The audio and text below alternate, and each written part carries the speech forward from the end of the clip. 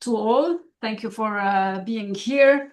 So we are gathering today for this second meet, which is an initiative launched jointly by OMEC and WEC Italy.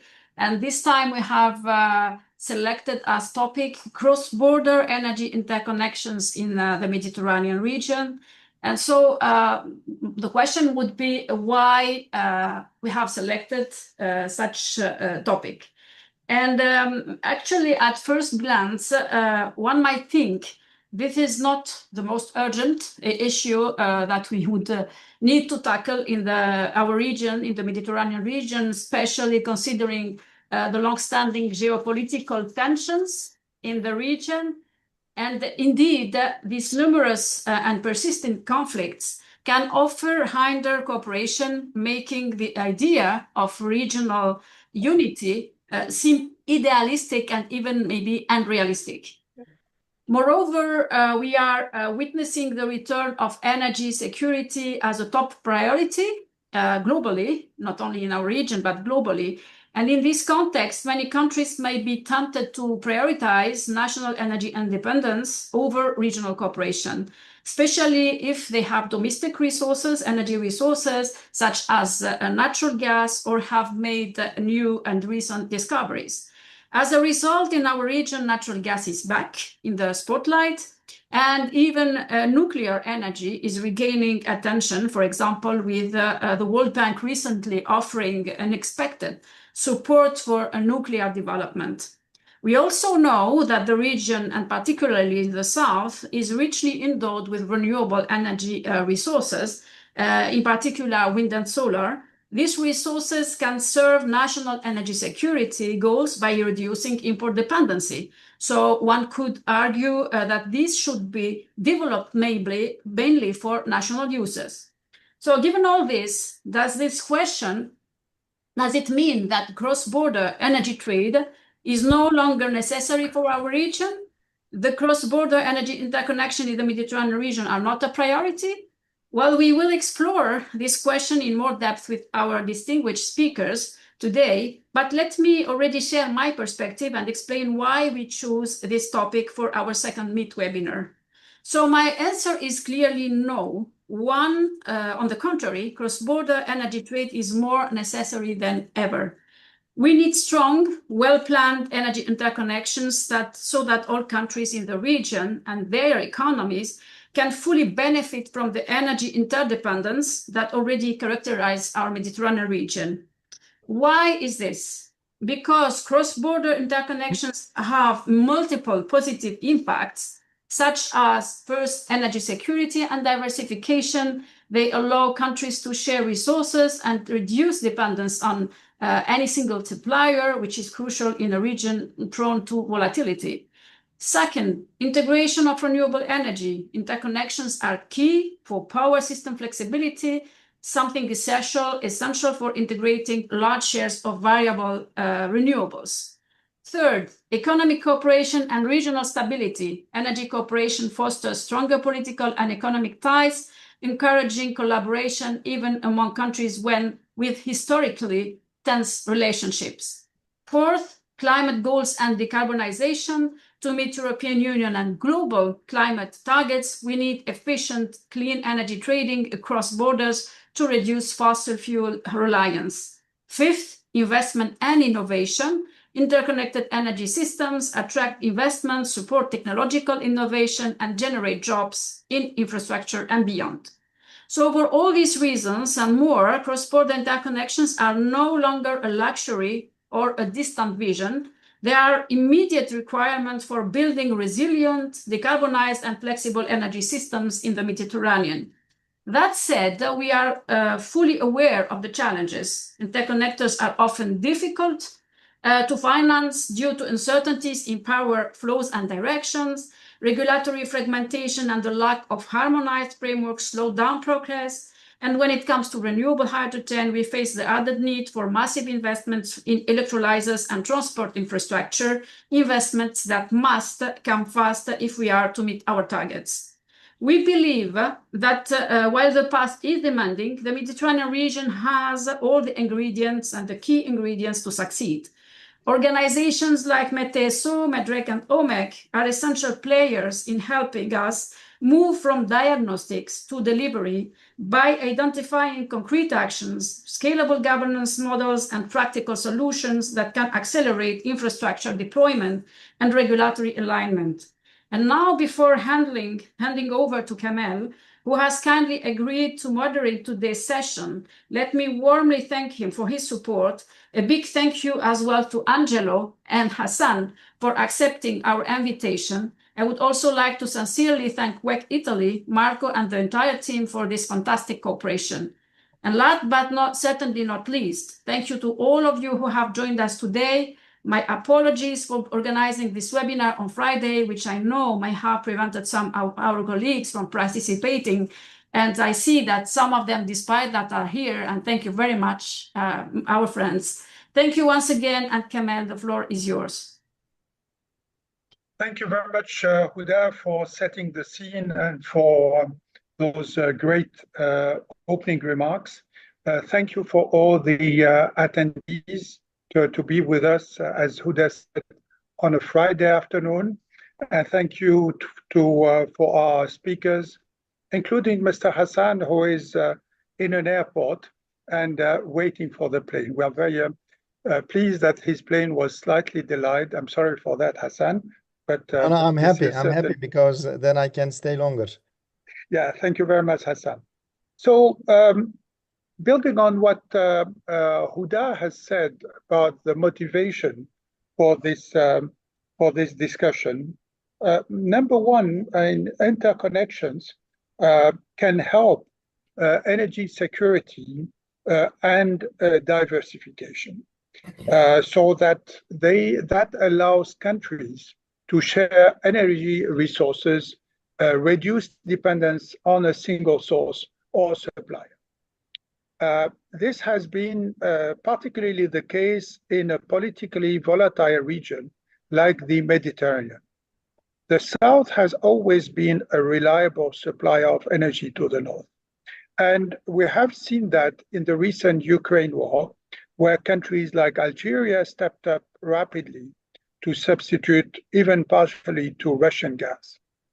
Personally, when I was Minister of Industry, Energy and Mines in Tunisia, we experienced in 2015 a whole country blackout, which we managed to resolve within a record time, thanks to some extent to the interconnection, electric interconnection with Algeria. So interconnection play a role on energy security and also diversification of sources.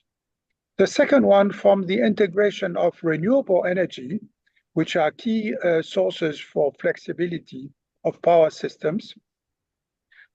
Countries in the North who were leading in the percentage of renewable energy in their electricity mix have recently experienced a recent setback with one of the biggest blackouts, which involved two countries.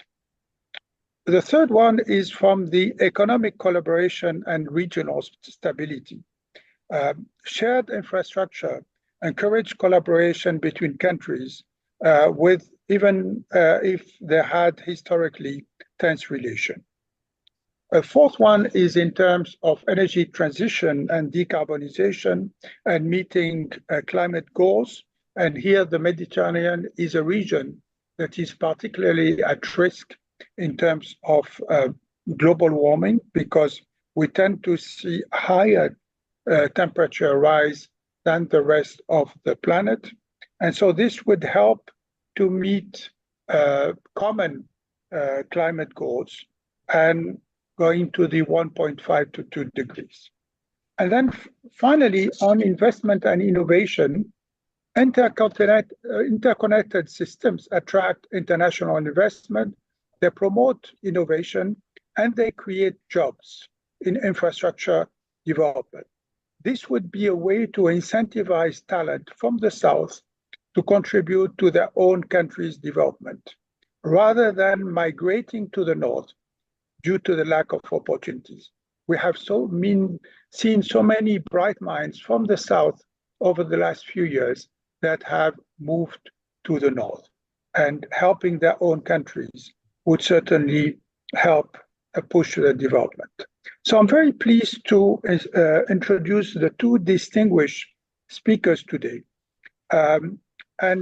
Starting with Mr. Angelo Ferrante.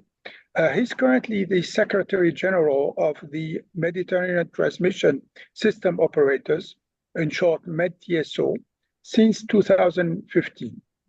Prior to that, he had an executive career at Turner, I think 18 years, as well as in GRTN, NL, and CESI. Mr. Hassan Oskok is a director of the Mediterranean Energy Regulators, MEDREG, since 2021. Prior to that, he was the sector manager for the European Union in Turkey. And then before that, with the Energy Market Regulatory Authority in Turkey, and before that with ECS and BOTAS.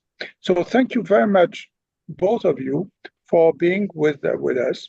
And I will ask you to start with opening remarks and perhaps explain what MEDTSO and MEDREG are currently doing for our audience who may not be familiar with all the great work that you are doing. So let's start with Hassan. Okay. Dear Kamal, dear Huda, and WEC Italy, first of all, thank you very much for this kind invitation, and I am sorry connecting through the airport due to some technical issues. First and foremost, we should agree on two issues. One is the decarbonization or the energy transition, and the second one is the security of supply. I believe that these two issues should go hand in hand. Otherwise, we will have bottlenecks, challenges, and difficulties achieving our long-term energy transition. In that respect, MEDREG, as Mediterranean Energy Regulators, we have been promoting a coherent, consistent, transparent, and non-discriminatory energy regulation with a view to ensuring a stable, sustainable, and competitive Mediterranean energy market. This is our main goal. Within this goal, we have 5 main pillars, long-term pillars, as objectives. The first objective is to ensure that each of our members in the Mediterranean region has its own regulators, energy regulators, and the framework for the energy regulation. Second, to ensure that electricity, particularly, and gas interconnections are in place. And third, to secure that the energy trade is happening between the countries. The third one is to protect the consumers, particularly the vulnerable consumers, and consumer protection. And the fifth one, to intensify the cooperation and collaboration with our main stakeholders, and also develop some pilot projects that could be a role model for the region. These are our objectives. Now, let me come back to this dilemma between security of supply and energy transition. The energy transition, I believe that we all agree on. So it has to be achieved, otherwise we will all pay dramatically. But the tools and means towards this direction, I believe that is not totally agreed by all stakeholders. So from one side, we try to secure our energy, and from other side, we try to really decarbonize the energy market. One really clear observation from my side, being in the energy sectors more than 30 years. One of the biggest mistake I see towards this direction is to put in the same basket all the fossil fuels. So they put in the same basket coal, oil, and gas. And they call it, we should decarbonize and diminish the share of fossil fuels in the market. This is probably one of the biggest mistakes. We should differentiate this. So the first, we should phase out coal, as is the most polluted fuel, hydrocarbon or fossil fuel. Second, we should diminish and we should phase out oil. And third, as a transitory period fuel, natural gas. Once it is fully replaced by hydrogen and by renewable, then we can achieve our objective. But from the very beginning, treating these two fossil fuels equally probably is a wrong policy to me as an expert. The second issue is the security of supply. I mean, the crisis, all crisis, I mean, it has been happening since years. Every 5 to 10 years, we are having a crisis or a kind of different technological developments as we have today. AI, we are focusing on, is also changing our energy strategies and plans. Again, Mediterranean region, as you, Kamal, rightly said, that is the region which will be affected almost twice than other all regions from the climate change. But at the same times, Mediterranean energy region possesses all the resources to achieve the energy transition. So the region has the vast amount of, let's call it hydrocarbons, particularly I would like to name gas, and also the vast potential of renewable energy sources. What is really missing is the interconnections, a coherent, consistent energy regulation, and the consistent standards, I would say. In the recent years, I would say that last year and in the end of the last year, European Commission, in the history of the Commission, has created a commissioner for Mediterranean region, which is the first in the history of European Commission that a commissioner is established for a specific region, which is a clear political commitment to the region. That region is important to us, and we will be dealing with the region with a newly appointed commissioner from Croatia. Secondly, the Director General is in power since the February. Of course, we are following the development in the European Commission, which will direct all of us. And we are now currently waiting a new initiative that is also developed by the European Commission, which will be a guide for all of us towards our long-term objectives, which is called as TMED initiative. Hopefully or in the summer period, they will also adopt this new initiative too. The region, we can divide into three main sub-regions. The one part is the European part, the second part is Balkan countries and Turkey, and the third part, we can call it Southern members countries. In terms of legislation, the developments are different from each other. As MEDREC, as a main objective of our establishment is to create a consistent and coherent regulation. Why regulation is important? We always have been repeating that regulation is a starting point to attract investment, to give the predictability, to have transparency, to have the clarity. So basically, again, from my experience, I can really share with you when I have been meeting with the investors that they have been thinking on considering to invest in a country, they were looking at two things: whether the regulator is in place, which is extremely important for them, and secondly, how the tariffs are identified or defined in this country. These two criteria are extremely important for attracting or promoting the investment in the region. Again, in the recent years, what I have been observing is another issue. Somehow we are too much focused on promoting renewable energy sources. I believe that since last more than 15 years. And today we believe that the renewable energy sources have reached a kind of plateau period.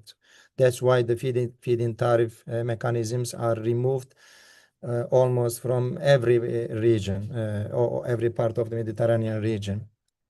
So again, what we see that unfortunately, the interconnection developments have not been following the same path as renewable energy sources. So you are promoting from one side renewable energy sources, but unfortunately from other side you don't have sufficient infrastructure to transport these electrons to the countries. This is it has been really a kind of observation from my side that I was expecting that there will be a kind of bottlenecks with insufficient infrastructures. Today we are facing this lack of infrastructure in many countries, and although there are sufficient renewable energy sources, but due to the lack of capacity in the system, they cannot be transported. So we have to have a long-term strategy and planning while we are promoting renewable energy sources. At the same time, we have to also make necessary infrastructure planning. Planning is everything. Again, it's extremely important if you would like to have these renewable energy sources, and if you would like to really convert additional electrons into the hydrogen. These are the opening remarks, Kamal. And then I will be responding to your questions following Angelo's introduction too. Thank you. Thank you very much, Hassan, for highlighting the role of MEDREG, your perspectives on the current situation on the interconnections and the gap that we have in terms of transporting electrons. So I will now move to Mr. Angelo Ferrante. Please, Angelo, the floor is yours. I think you are going to show a few slides. Yeah, good afternoon, everyone. Yes, I have a few slides. Thank you very much for the invitation, and good afternoon to the many friends and people from WEC Italy again for this opportunity. In my introductory notes, I will focus a bit on METISO and in particular on what METISO undertakes in the area of planning. Let's say that the association has several tasks, all converging with the final objective to foster the integration of the Mediterranean power systems. I hope you can see my screen. Yeah, we can see your screen, Angelo.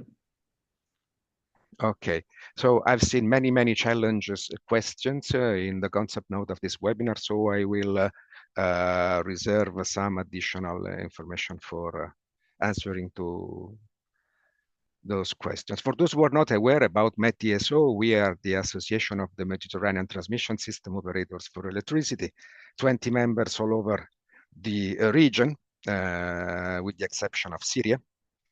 And we have been established, connecting to what Huda said, with the optimistic objective to set up a multilateral platform for cooperation. It's a bit, let's say, in these quite sad times, it seems more an expectation than a concrete possibility. But I must say that in the frame of the association, cooperation has always been quite effectful. We have been financed by the European Commission since 2015, and we are undertaking several projects financed by the Commission. Let's say two main pillars of our activities are that we believe that Angelo, integration. Yes. I'm sorry, we're having a problem with your slides because it came back to the first slide. Let me see. Why? And it's not in a slide mode, it's in page mode. Now? Yeah, now we are back. Yeah, that's very good, Okay. thanks. Okay. So let's say the two main aspects that we consider in our activity are the need of developing interconnections and interoperability. That's another important aspect that deals with integration. Integration of the power systems is based on these two aspects, not only the development of hardware of interconnections, but also the guaranteeing the proper operation of the interconnected system. Integration actually is no more an option for the Mediterranean countries in the perspective of the energy transition. Integration is a real necessity because we have seen that the national plans, when countries tend to develop national solutions, the national plans for decarbonization are slowing down, and instead the integration could support them in having a regional solution to this problem. There are, of course, many reasons for this incapability of national plans to reach their decarbonizing aspects, market fragmentation and unsound climate for investments, the asymmetries in regulation and in legislation. Through integration, systems can share their balancing resources and guarantee security of supply. They can guarantee to keep the stability of the system by sharing flexibility tools that are essential for achieving the integration of renewable sources into the system. And they can promote the effective development of electricity trading based on market conditions. That's something that's not in place so far in the non-European countries.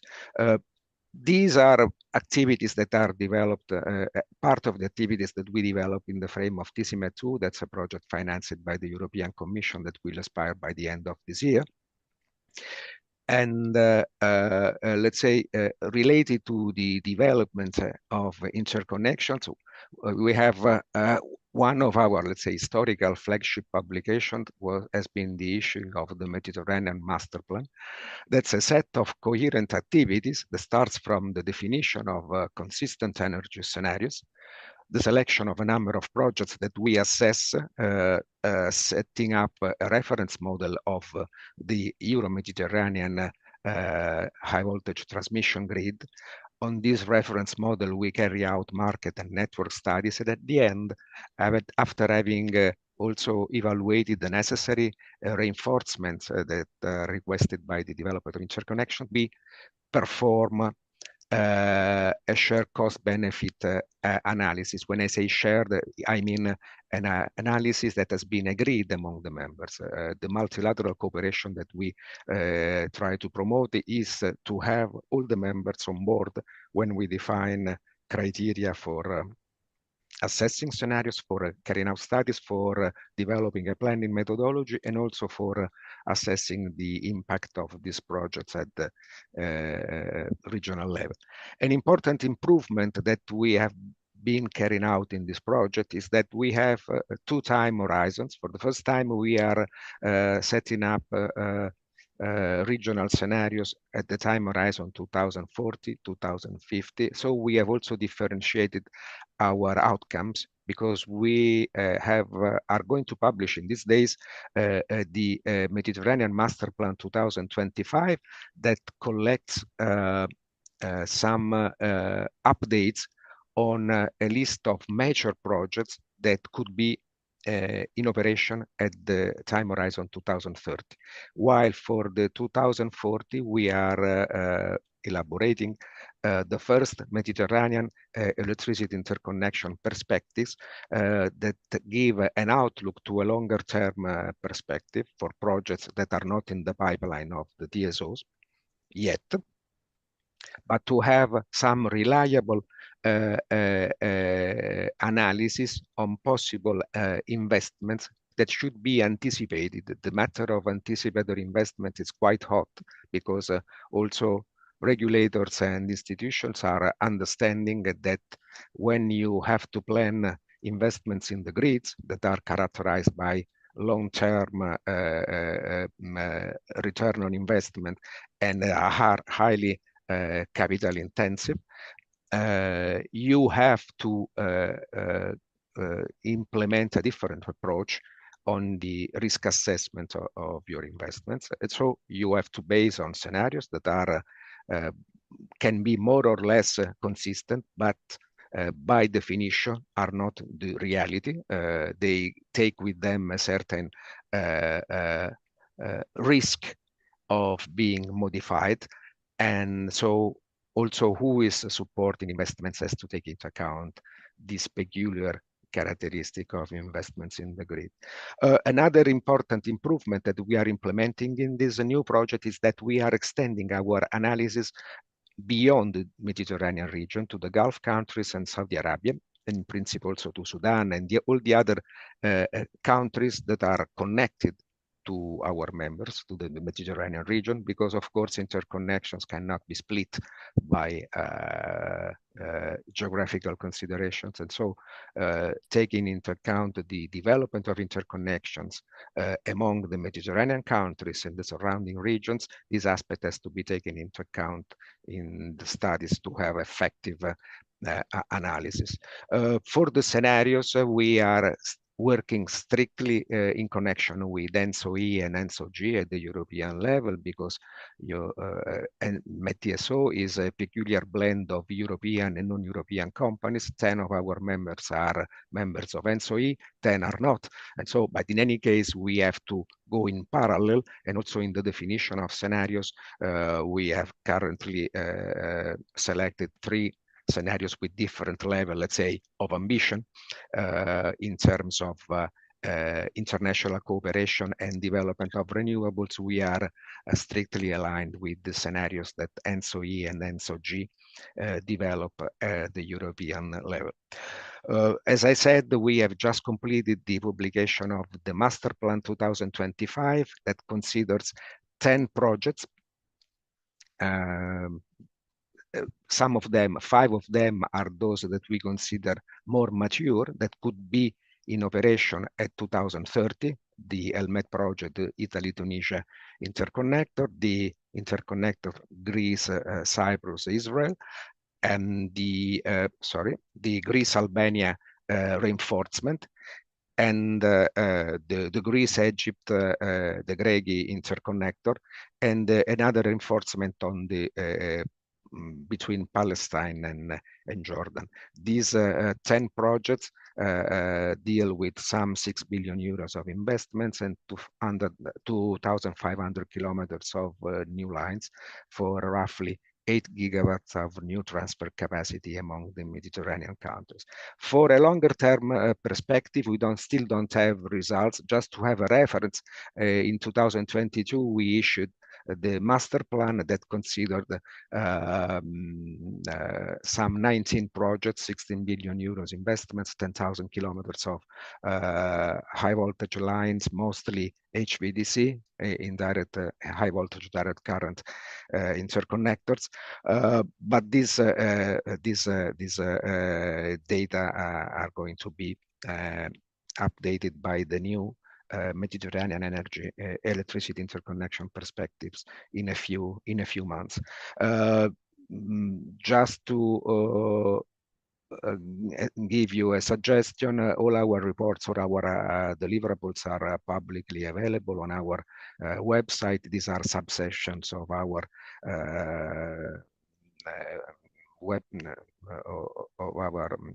website. So stay tuned, and you will be updated on what METISO is delivering. This is my last slide for this general presentation of the position of METISO towards the development of interconnections, but I'm eager to answer to your questions if possible. Not to answer, I mean, the questions I've seen are very complicated, so very difficult to give a exhaustive answer, but at least I will report some views on as much as we can. Thank you very much, Angelo, for this very comprehensive. I believe that you answered actually through your slides to some of the questions, same as actually Hassan. And if I refer to your last slide about the potential projects going forward, what I notice is that the majority are actually south-south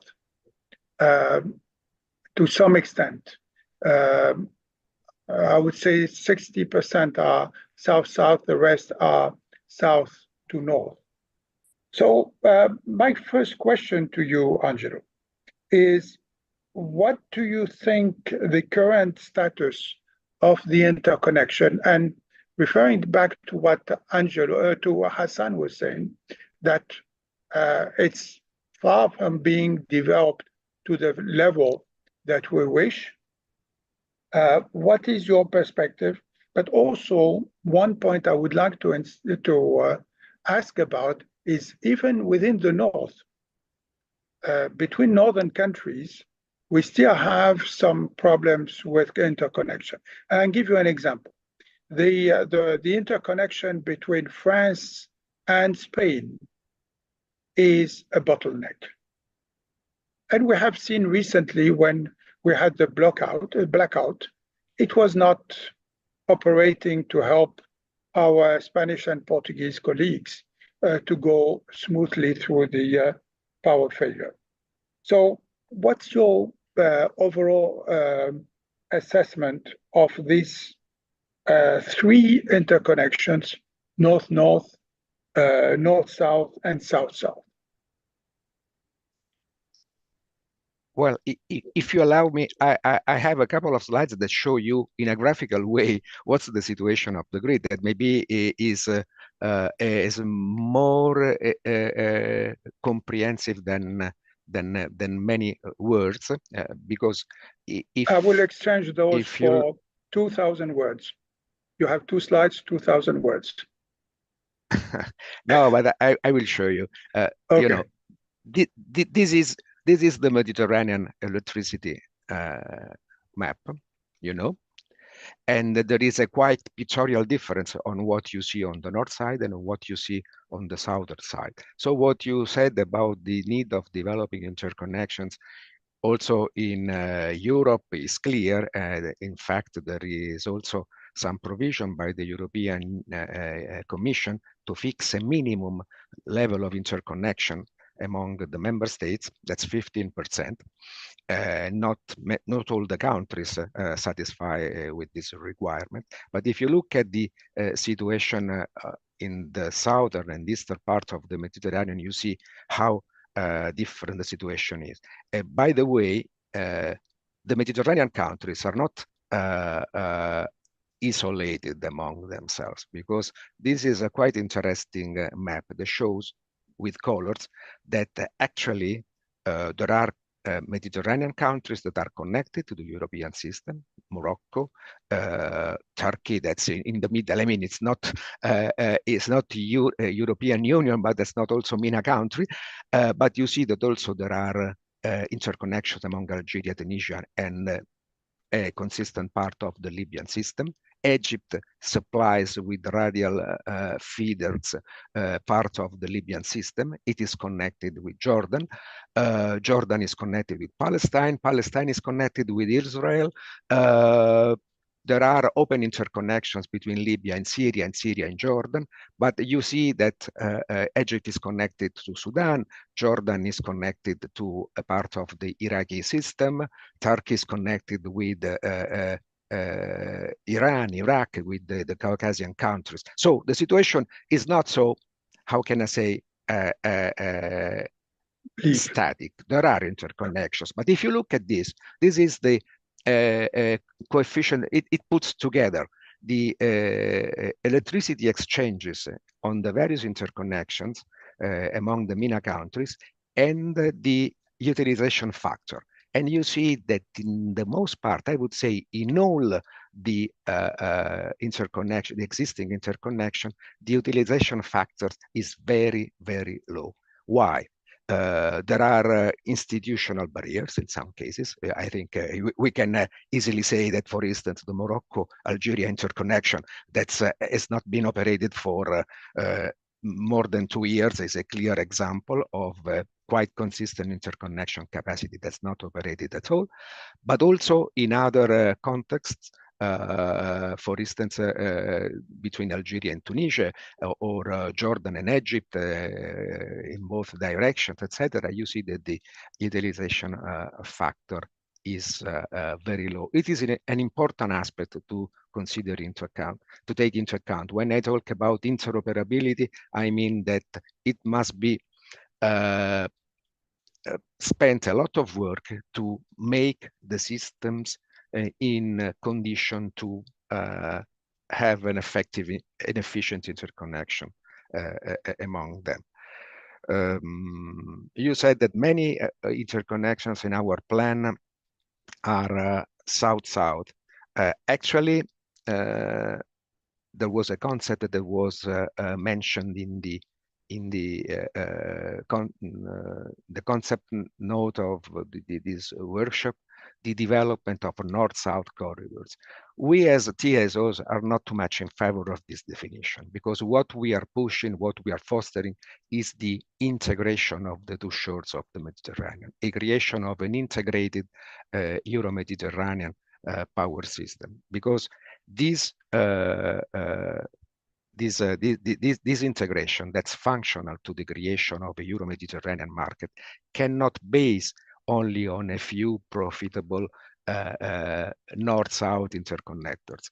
It requires the development of the grid also on the south axis. This is the only opportunity for the MENA countries to have a win-win approach to the integration, because the first reason to develop renewables is to achieve the energy transition in the MENA countries, but for sure is to supply the steep increase of low demand that these countries will expect. So the main reason for developing renewables is not to export to Europe, but is to supply the internal demand. And this is confirmed also by the assessment of the projects that we carry out, that sometimes put us in a embarrassing condition when we talk with the promoters and private investors, because in their business plan there is this huge potential to exporting to Europe. In our analysis, in the short and in the medium term, all the interconnections that you are planning to develop between the two shores are working in the opposite way, exporting from Europe to Northern Africa, because the increase of demand is much higher than the capability to develop renewables in those countries. So I think that the effective solution and how to make investments possible in the region is only if there is a strong effort also at the institutional and financial level to promote the effective integration of the two shores, and not focusing on a very limited number of apparently interesting investment opportunities to export renewables to Europe. Thank you very much, Angelo, for those great points. My second question to Mr. Hassan is, how can regulation and grid modernization and harmonization support a more integrated regional market? Thank you, Kamal. Angelo have already mentioned about the usage of the system, particularly in the southern parts, and the lack of, or the less of, interconnection between south and north. So, as I already said in the beginning of my introduction, regulation, a good regulation, a transparent regulation, a predictable regulation can pave the way for the investment, particularly the foreign investment. Foreign investment will look at definitely whether there is a clear and predictable regulation. And then there is a kind of promotion to develop not only renewable energy sources, other sources as well. And from our experience, we have observed and seen that some countries from our members, some of them has really best practices, although they have just recently opened their market to competition with a solid, transparent regulation, they attract several foreign investors in their countries, and the investment in these countries are booming. And there are also bad cases as well. If you do not create the precise, clear regulation, it can also complicate the issues as well. Therefore, we always repeat, and I will repeat once more, a clear, precise, to the point regulation can pave the way and create a functioning and competitive energy market in each countries. When we look at our region, of course, as I said from the beginning, there are three sub-regions. European Union, it's an internal energy market. It is functioning, interconnected. It is a mature market. You have a day ahead, intraday, you have everything, and then it's functioning. The second part is the Balkan countries and Turkey. They are also the member of NSOU and mostly NSOE and then NSOG as well. They are also obliged under the Energy Community Treaty to implement the EU Energy Acquis. So we can also consider them. They are also implementing this Acquis in their internal energy market. And they have also interconnections between them, and it is also functioning. And the regulation is almost similar to the EU Acquis Energy. But of course, still there is a way to reach to these internal energy market principles. On the other hand, when we look at the other southern members, even between the East and West, we have differences in creation of regulation and also implementation side. As our members, we have two countries without regulators. One of them is Lebanon, the other one is Tunisia, your country, Kamal. So we have been providing assistance and support to the Lebanon Ministry of Energy and Water since last 2 years with our main stakeholders, the European Commission delegation and international financial institutions, particularly the EBRD and World Bank as well. So we are very glad that in a very short period, the regulators will be in place based on the current and existing electricity market law adopted 2002.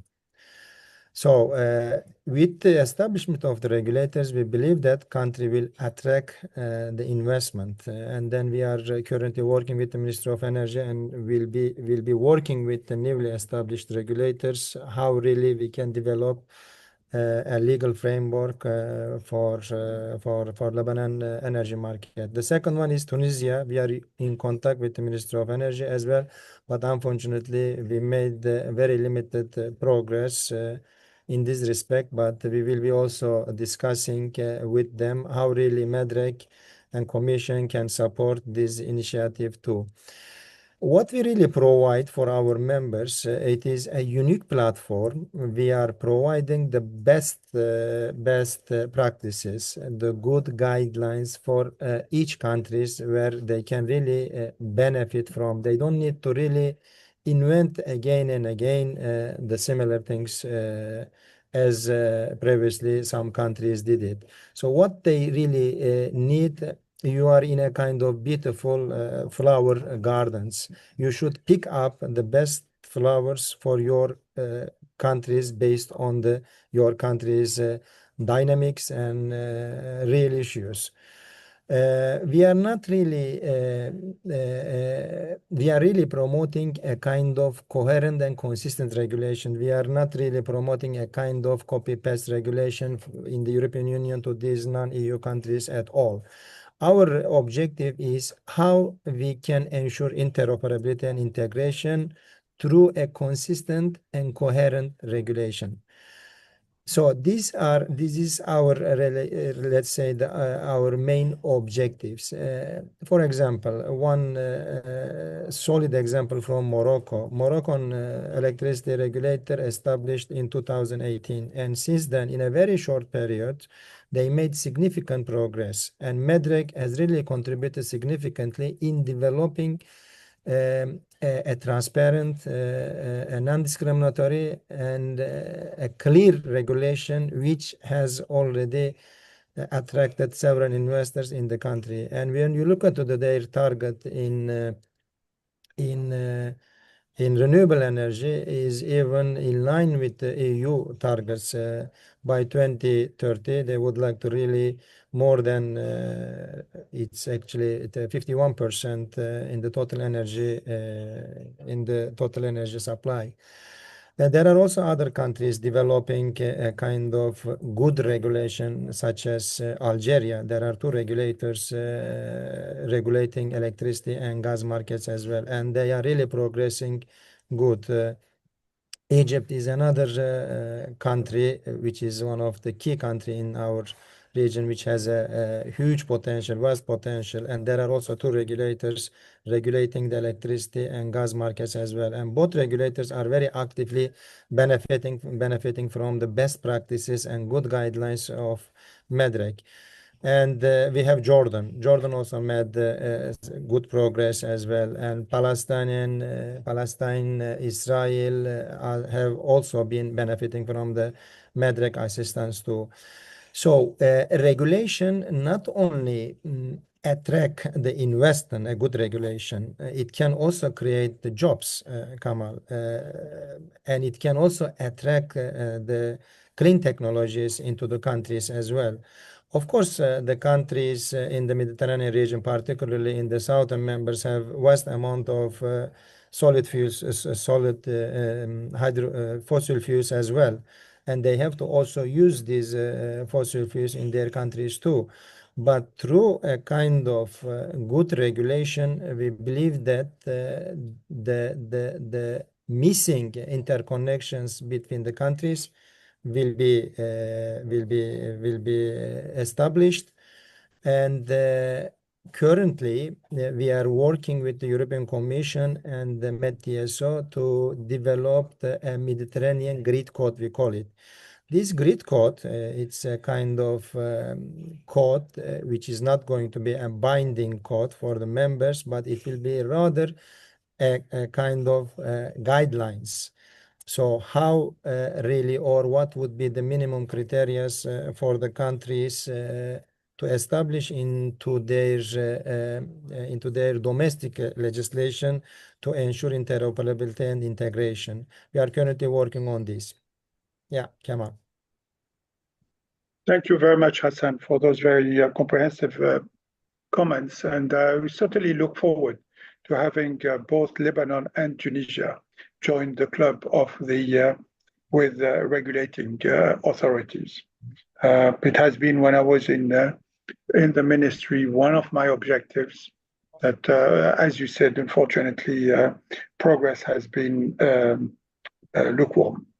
So, Angelo, from a grid modernization and harmonization standpoint, what would be your comments about how they can help in terms of market integration?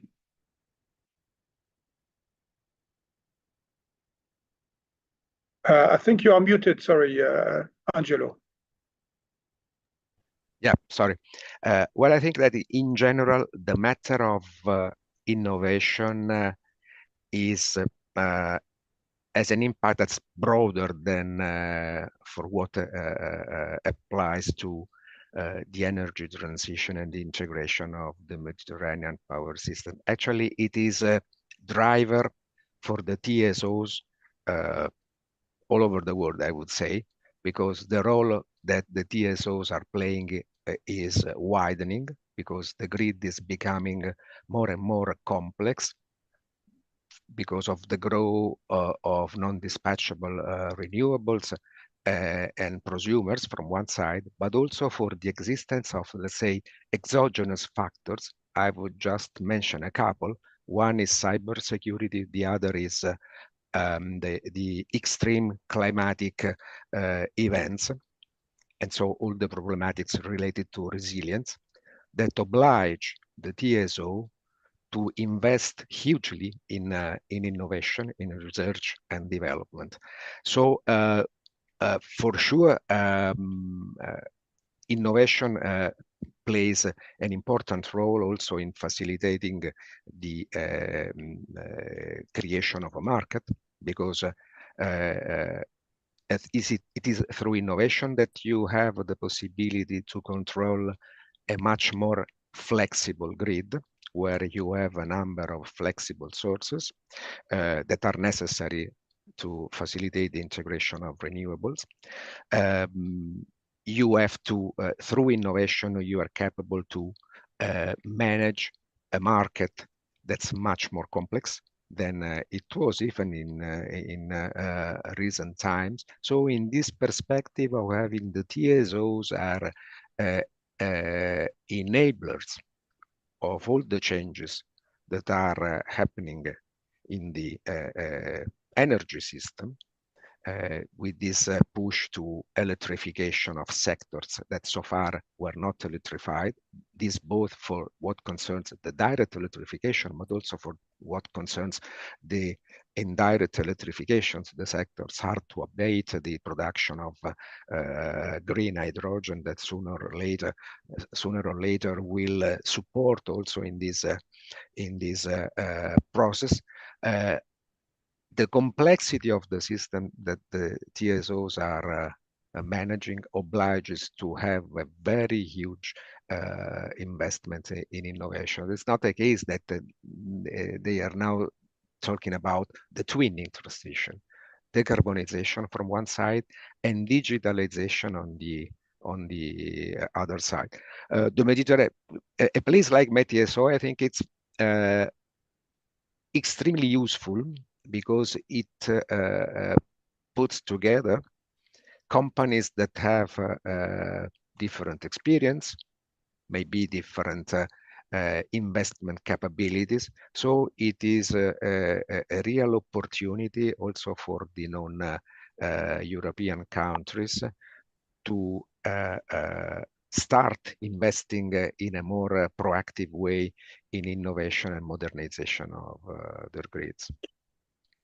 Thank you very much, Alvaro. So to our audience, we have started receiving some very interesting questions through the Q&A box. So please feel free to put questions to our distinguished panelists.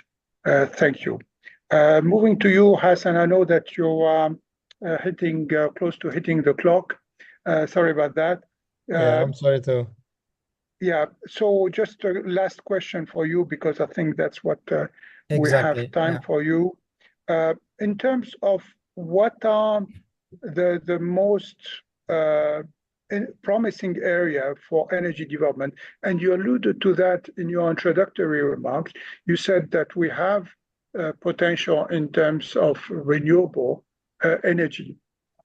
In terms of enough energy to meet countries' needs, as well as exporting and feeding those interconnections, which would be the most promising area. And it's not only in terms of the amount of solar radiation, but also all the infrastructure and also the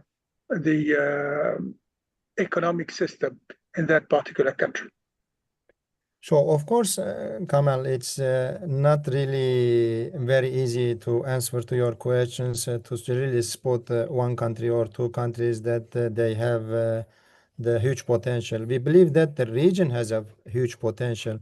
I would rather avoid to give the countries specifically.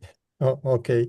But would you include there the GCC countries as a potential? Yes, as well? Of course. GCC countries has a huge potential as well. And then we have already created a kind of cooperation with this region too. not only for the hydrocarbons or the natural gas, but also for the renewable energy sources. I would say that the country who has a clear, predictable regulation, of course, first and foremost, will attract the investment, and the development in this country will start sooner than the other one who has not really created the regulatory framework for the investment. So one thing is very important, Kamal. I mean, we have a great experience of European Union. I remember when they started 25 years ago, a quarter century ago, they were exactly in a similar situation in our region. So what is our objective now for the Mediterranean? We are trying to create a functioning, interoperated Mediterranean energy market. So we have a significant and important experience just next to us, which is European Union. 27 countries, and we have also 28 members as MEDREC, started to this journey in the late 90s with on a kind of community level, on a kind of a region. What they did it's a great experience, and it should be a kind of guidance for all of us. In order to create a single energy market, you should go region by region with true sub-regions. I remember there has been 7, 8 sub-regions in electricity, 6 to 7 or 5 to 7 regions in the gas sectors. And then first they created a kind of sub-region interconnection. Then it has been extended to a kind of one single functioning Mediterranean energy market. I think so this role model can also play for our region as well. Regulation in the beginning, I said, will pave the way, obviously, and but we should be, or the country should be very careful in developing this regulation. One thing which is still missing for me, the core objective of regulation is somehow misunderstood by some countries, I would say. Again, it's a personal observation. When we talk about independent regulators, they are thinking that these regulators will be fully independent, they will do whatever they like, which is totally wrong. Policymakers in a country is in charge of developing strategies and policies, and the policymakers are developing the first law. We call it primary law. So what is the role and the duty of regulator is to implement this already adopted primary law and to prepare the secondary necessary legislation to open step by step the market into competition. The regulators are not fully independent at all. Regulators are independent in implementing the adopted law. So we have to clarify with the policymakers these issues. I repeat too much, but it is really necessary to repeat too much. Therefore, for the region, what is again missing, closer cooperation between policymakers, between regulators, between system operators, and the consumers. This cooperation, we believe that it is somehow created, but it is not in a kind of desired level. So at least once a year, the policymakers, regulators, system operators, and the consumers groups should come together to make a kind of internal, let's say, the consultation, how really the investment, how really the progress could be made more and more. As regulators, we believe that we have created a common understanding why regulation is important and what is the power of regulation. There are very solid examples with a kind of clear, transparent regulation. The investment will be there and it will really progress well. So this understanding is already accepted by all countries. But of course, there are still some bottlenecks, as I said, that the missing link between the policymakers and the regulators and system operators. As a last word, I would say that we have to intensify this cooperation and to understand and to come to a common ground. Thank you very much, Hassan. I will ask you, beg you for one more minute. We have please. a question from Mr. Mohammed Salah Al-Subki. He's saying how internal regulation within a country internal regulation can affect cross-border regulation. Yeah, exactly. Therefore, we are promoting the countries to benefit from each other regulation. As I said, we are not trying to copy paste the regulation. Of course, every country has its own internal regulation. Some countries have, let's say, the hydrocarbon resources, and the regulation will be different. Some countries are totally dependent on the one suppliers, external suppliers. The regulation in this country will be different. But we are saying that there are main requirements to ensure interoperability and integration, particularly at the cross borders. These are technical standards mostly. And when you develop an internal regulation, you should be benefiting from the international standards, I will call it. So when you consider these so-called international standards into your legislation, the interoperability and integration will be easier. Thank you very much. I know you have to rush. Have a very safe flight. Thank you very much. And thank you very much for your time. And thank a big you very much, Kamal, virtual and dear applause. colleagues. Okay. Thank you very much. Thanks a lot. Teşekkür ederim. Sağ ol. Thank you. Thank you very much. Okay. So I have a question for you, Angelo. Actually, it's from Giulio Rimoni. And he's asking the project, you didn't mention a potential project between Spain and Italy, which would be between Barcelona and Sardinia. I guess it's Porto Torres, which would allow a cheap electricity developer to supply a market where electricity prices are more expensive. So, question to you, Angelo. Yes. No. I was supposed to be mute. No, I'm not mute. I have not too much to say, honestly. I've read the question in the chat. Not sure that Sardinia is always the most expensive zone in Italy now. By the way, there are projects for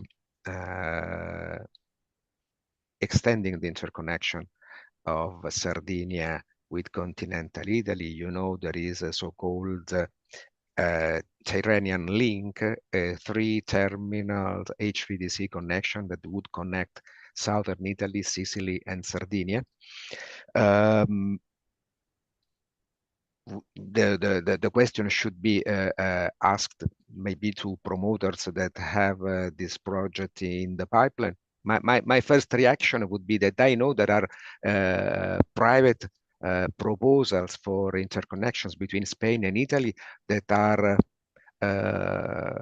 looking at a connection point in continental Italy and not in Sardinia, probably because of the bigger capability to evacuate the imported electricity towards northern Italy or maybe abroad, and not staying in Sardinia that has a quite limited demand.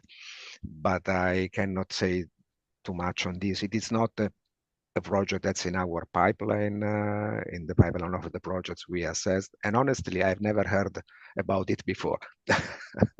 Okay. While instead, if you allow me, I would complement.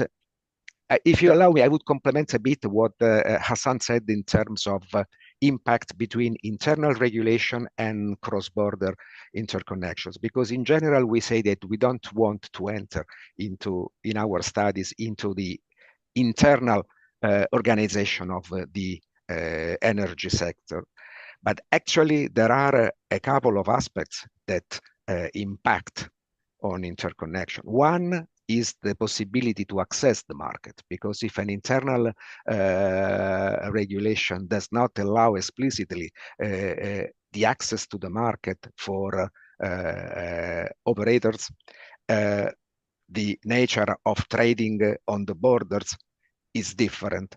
And the other aspect, how internal regulation impacts in the definition of responsibilities. One of our challenging activities that we would like, where we really need the support of institutions and policymakers, is in defining a role for the TSOs at the national level that allows them to exchange data with their neighbors. Because one of the prerequisites of interoperability is that there is a continuous flow of data and information among TSOs. Well, there are several reasons why it cannot happen. One is mutual trust.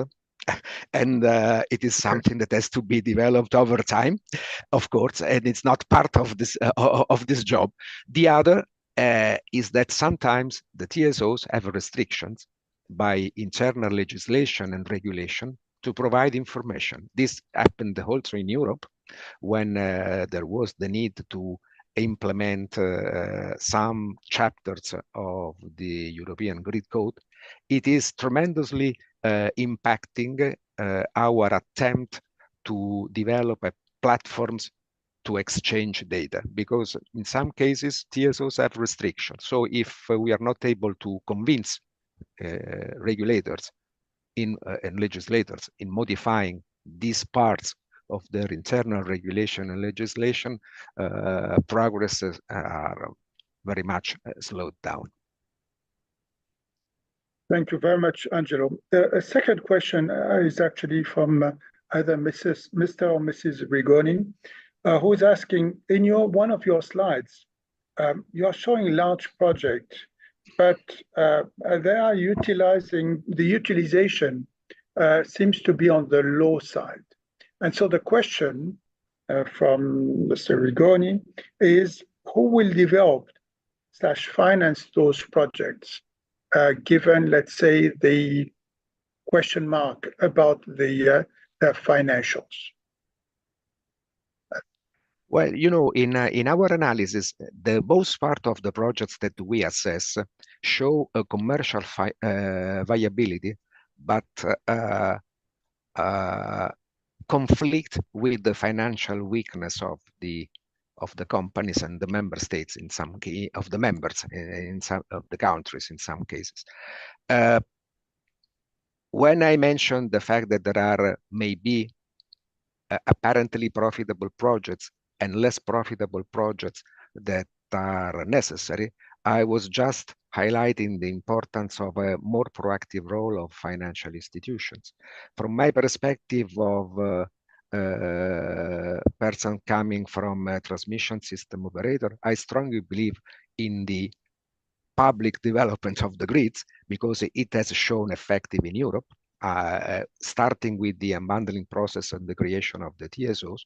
The increase in grid has enormously developed because it became a business for itself and not an appendix of the general business plan of the former integrated utilities. So I'm strongly convinced that public investments are necessary. This has to face with the financial weakness that sometimes,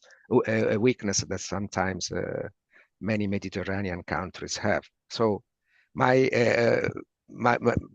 maybe a bit naive solution is to create a financing mechanism, a regional financing mechanism that's capable to see the benefits of investments in a broader perspective, taking into account not only the economics, the market-driven aspects of investments, but also other more general aspects related to economy, social welfare, progress of countries, etc. But the problem exists. Actually, this chicken and egg problem exists. Absolutely. So switching topic now, and this is from Mrs. Loredana Chiesi. She's asking, what about the hydrogen transport and storage networks?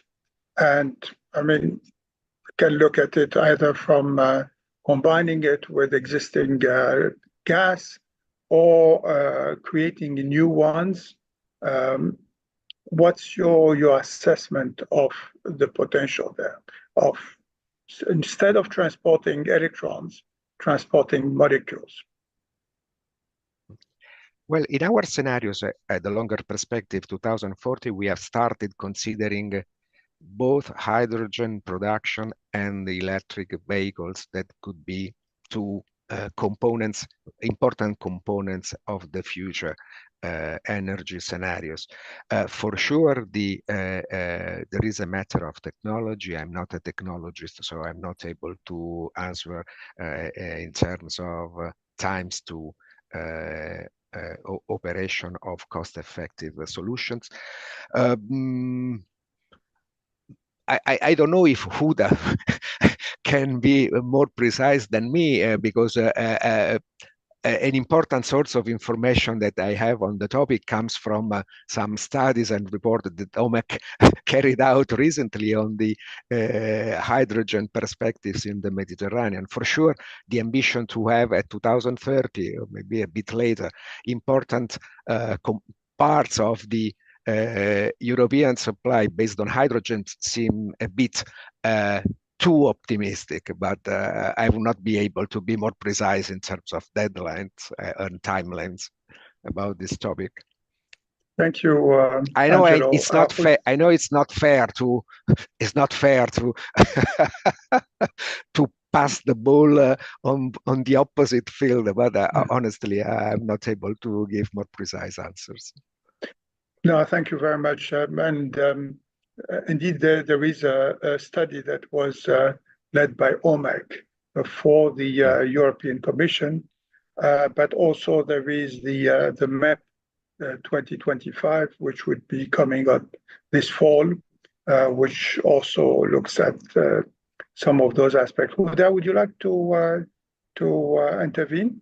Yeah, of course. But so then maybe next edition would be devoted to hydrogen. But what I can briefly say is that indeed we've been making an analysis to look at how much hydrogen could the Mediterranean South countries supply to the European Union by 2030 and beyond. And as Kemal mentioned, we have also just finalized the Mediterranean energy perspectives, looking at the needs of the countries today and medium and long term up to 2050. And what we can say briefly is that, as Angelo said, for sure, by 2030, the South Mediterranean countries won't be able to, are not expected, we cannot say won't, are not expected to be able to feed the European Union with the 10 million tons that the European Union set in its own strategy to as a part of the imports. However, we see that the South Mediterranean countries have the potential to be an important player in terms of renewable energy, hydrogen in the medium and long term. So we don't see, when you ask for the time horizon, for short term, so we see relatively a small contribution from renewable hydrogen, but this could be an option for medium and long term. So that's what we can say for the time being. Thank you very much, Huda. I think we have time for just one last question for Angelo. In terms of the vision for this corridor, whatever we call it, it could be a mix of corridors. But what governance framework and what financing mechanism would be required? Well, difficult to say because it goes in parallel with the reforms process that you could imagine applies to these, let's talk to this integrated system that combines corridors and also other cross-border interconnections and cross-border trading. For sure, as Hassan mentioned, there is a one-size-fits-all solution that can be applied to the Mediterranean as a whole, at least not in the short time, or at least not as a trajectory to implement from scratch. One of the topics in which we tried to elaborate a proposal was the creation of trading areas of sub-regional trading areas. Actually, we proposed to have two areas, one in the Maghreb countries and the other in the eastern part of the Mediterranean, where, starting from the current situation, where interconnections are not managed on a commercial basis, one should start implementing commercial aspects. For instance, Algeria-Tunisia interconnection that is based on a fixed price that's determined in advance. At least starting with a more flexible price that takes into account the effective conditions, the effective generation costs, or whatever, the effective, and on this base some changes in the current scheme that requires also investments for facilitating the exchange of information among the utilities. On a longer term perspective, one could imagine when you start involving more than two countries, several new problems arise. For instance, who is responsible for this trilateral scheme? One of the countries, all of them, some third entity. And so around this progressive evolution of the market criteria, one should build up a governance model. There is an interesting proposal that should be launched soon in the Eastern Mediterranean. That's called the East Pathfinder. That is launched by the League of Arab States. Let's say not by the. It's supported by the League of Arab States and involves Jordan, Egypt, and Saudi Arabia. Because these three countries are going to be interconnected in a kind of loop next year, because by the end of 2025, an interconnection between Egypt and Saudi Arabia would enter into operation. And this could be an example where they would start introducing market mechanisms for managing the interconnections among these three countries. We will see. For sure, you can prepare a model. There is also, in that case, there is a so-called Pan-Arab electricity market model that's quite comprehensive. The problem to me is how to define the trajectory to arrive to the complete model. And this may differ from country to country and depends mostly on the attitude and the willingness of the countries to implement the necessary reforms. Thank you very much for these very encouraging remarks, Angelo. I would like now to thank you for great points throughout this webinar. I would like now to pass the floor to our host, one of our co-hosts, Mr. Marco Margheri from the WEC Italy, who co-hosted it with the OMEC with Huda. So Marco, the floor is yours. First of all, let me thank you for a moderation that was really a great weaving of different topics, of a lot of experience, and of so much knowledge of the area. So first of all, Carlo, thank you to you. Thank you to our speakers, Hassan and Angelo, for a most informative and a most engaged and engaging conversation. And of course, I'll join Huda in thanking our teams, especially Matteo and Paolo, for keeping us together over years now of cooperation. I won't dare to conclude anything. Nothing is really concluded or conclusive in this environment. But let me share with you a personal impression after now almost 20 years of conversation with OMEC and its preceding legacy and with WEC. We have evolved in many ways, and there are, I believe, three positives that really floated around our discussion all the way through.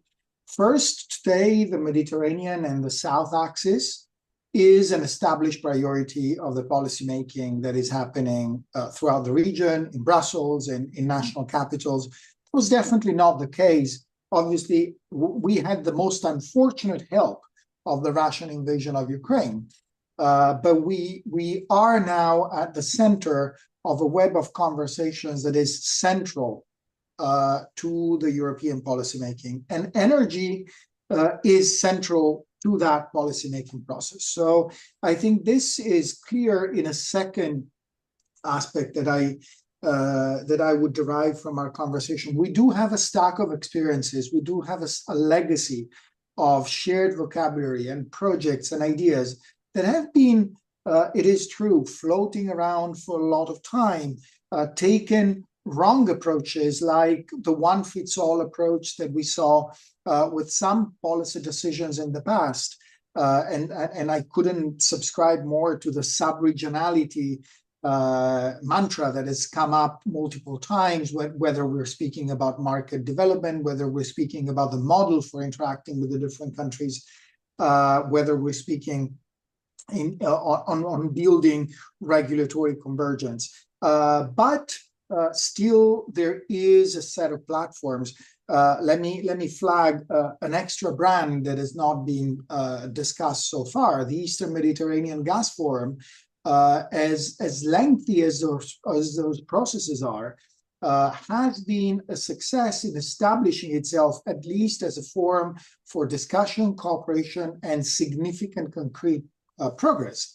Is it sufficient? Obviously not. Did we have it 10 years ago? Did we have it 15 years ago? We did not.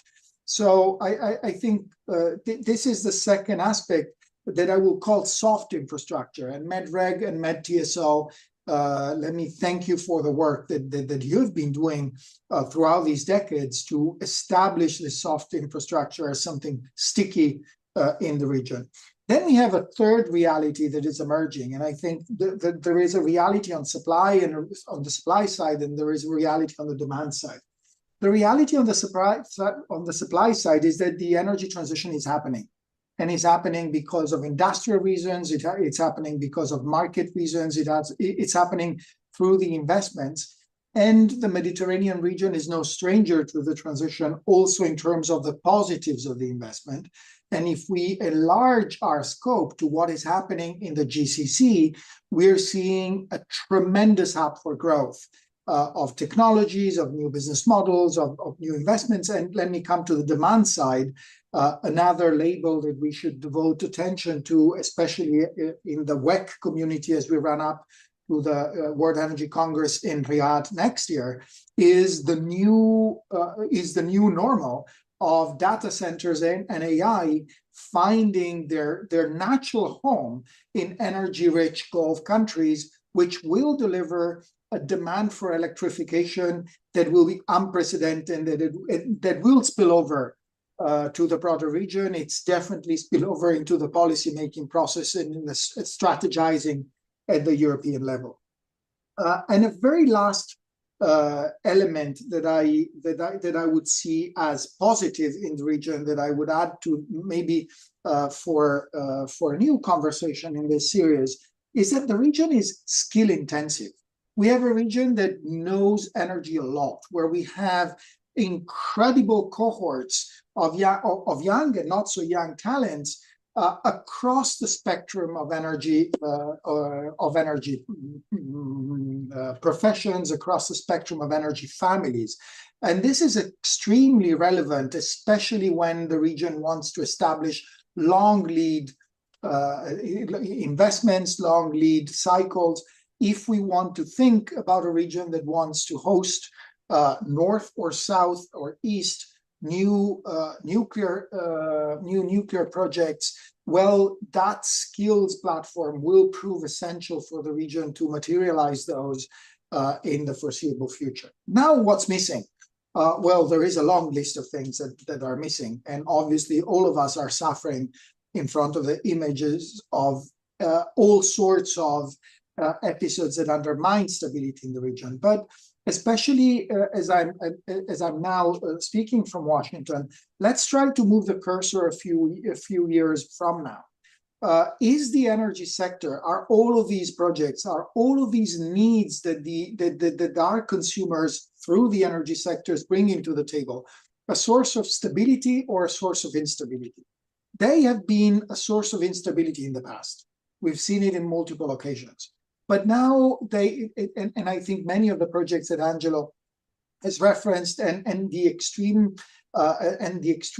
difficult weaving of the regulatory work that Hassan has introduced and that Angelo also spoke about whilst developing projects, all of this will be a lever of stability in a new normal that we definitely hope will see the broader region, MENA, the broader MENA region as in a new format.